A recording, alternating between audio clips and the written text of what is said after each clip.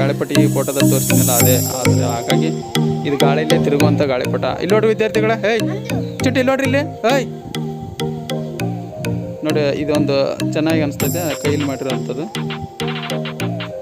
ಈ ಒಂದು ವಿಡಿಯೋ ಏನಪ್ಪ ಅಂದರೆ ಚಿಕ್ಕ ಮಕ್ಕಳಿಗೆ ಇದೊಂಥರ ಖುಷಿ ಆಟ ಆಗಿರುತ್ತದೆ.